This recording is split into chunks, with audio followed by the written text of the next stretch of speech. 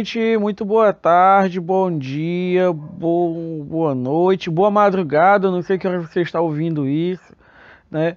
Mas aqui é ele mesmo, o tio Igor, chegando para mais uma explicação, né? Mais uma aulinha de redação.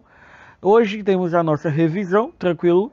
É, a revisão para redação, na verdade, vai ser algo bem curto, cujo eu vou explicar como funciona, né? Como irá funcionar a nossa avaliação, vou falar um pouquinho do tema e tudo mais, tá bom? Então, se ajeita aí na sua cadeirinha e vamos lá, né? Primeiro, para avaliação de redação, eu sempre vou preferir que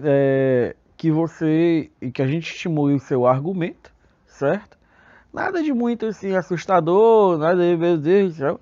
Lembra o que é argumentar? O que eu sempre peço para vocês é que vocês tenham um argumento, né? Vocês tenham opinião sobre o que vocês vão falar, mas tenham um embasamento, tá bom? Tenham argumentos sólidos para falar sobre qualquer assunto. Então, se eu pedir para, por acaso, vocês falarem sobre é, sei lá, sobre videogame, certo? Você tem que saber o que você está falando.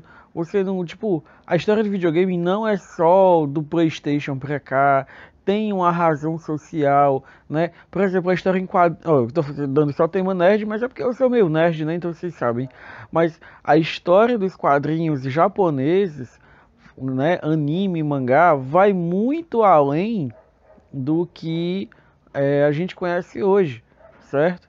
Então, se eu pedisse assim para você falar da importância dos quadrinhos e você chegasse a começar a falar dos mangás, que é um quadrinho japonês, você teria que saber, era assim, importante que você soubesse, né, para ter um embasamento social, um embasamento de conhecimento, né, embasamento dos seus argumentos, de que a força do quadrinho japonês veio na Segunda Guerra, após a Segunda Guerra Mundial, né, que serviu para dar esperança às pessoas que estavam num país destruído, certo?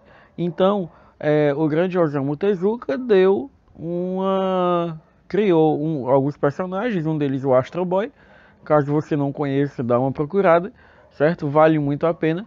E falava de um menino que era meio robô. Aliás, ele era um robô e queria ser uma criança.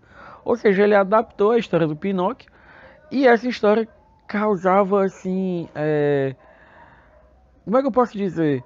Alegria nas pessoas quando elas liam, entendeu? Então isso foi se esticando até virar o que a gente conhece hoje. Não só, tipo, você tendo esse conhecimento, você conseguiria fazer um texto maravilhoso, certo? Então, todos os assuntos, é bom que você dê uma conhecida, certo? Nas últimas provas, não tem, eu tenho sempre tocado em assuntos que estão relacionados ao nosso período que a gente está vivendo, né? A quarentena, a pandemia e tudo mais. Então, nessa prova não vai ser diferente, certo? Vai ser um assunto relacionado ao, ao, ao período que a gente está vivendo, porque é algo que vocês estão vivenciando, é algo que vocês vão saber escrever. Então, eu estou preferindo que você, tipo, escolher temas relacionados a isso, tá bom? Então, o dessa prova, eu vou falar alguns temas que a gente pode discutir, tá bom? Teminhas que a gente pode dar uma discutida, tá bom? É bem tranquilo. Um deles, o que a gente pode falar, é o avanço, né, das lives, tá bom? Me diga aí, você, jovem aluno, é, você acha que essas lives que estão ocorrendo, elas modificaram o jeito da gente ouvir música? Se pergunte aí, você acha que mudou essas lives que estão ocorrendo, mudaram a indústria musical? Você, jovem, que com certeza aí todo mundo assistiu pelo menos uma live, né? E aí eu digo pra você e faço a pergunta: existem lives apenas de cantores? Fica aí a pergunta, o questionamento. É algo que eu acho bacana vocês procurarem, tá bom? A gente pode falar também, a gente pode falar também sobre o, como é que eu posso dizer? Sobre o consumo consciente que houve durante a quarentena. Você acha que as pessoas elas gastaram mais ou você acha que não? Você acha que as pessoas se conteram mais durante esse período? Você acredita, né?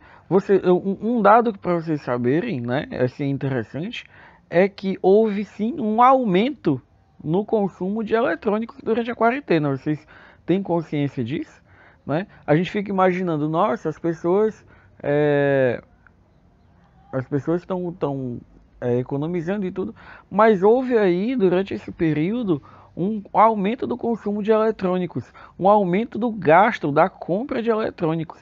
E aí vem também aquele pensamento: quem está comprando esses eletrônicos? É a classe pobre? É a classe baixa? É a classe média? É a classe alta? Só a classe alta? É possível, esses eletrônicos foram realmente assim, é, eram algo que era necessário? Então, são coisas assim que cabem a gente a pensar, né? Fazem a gente pensar. E não só esse consumo de eletrônicos, mas houve durante a pandemia, no início da pandemia, um consumo exagerado. Desculpa, gente, é porque tava tocando o telefone aqui. Enfim.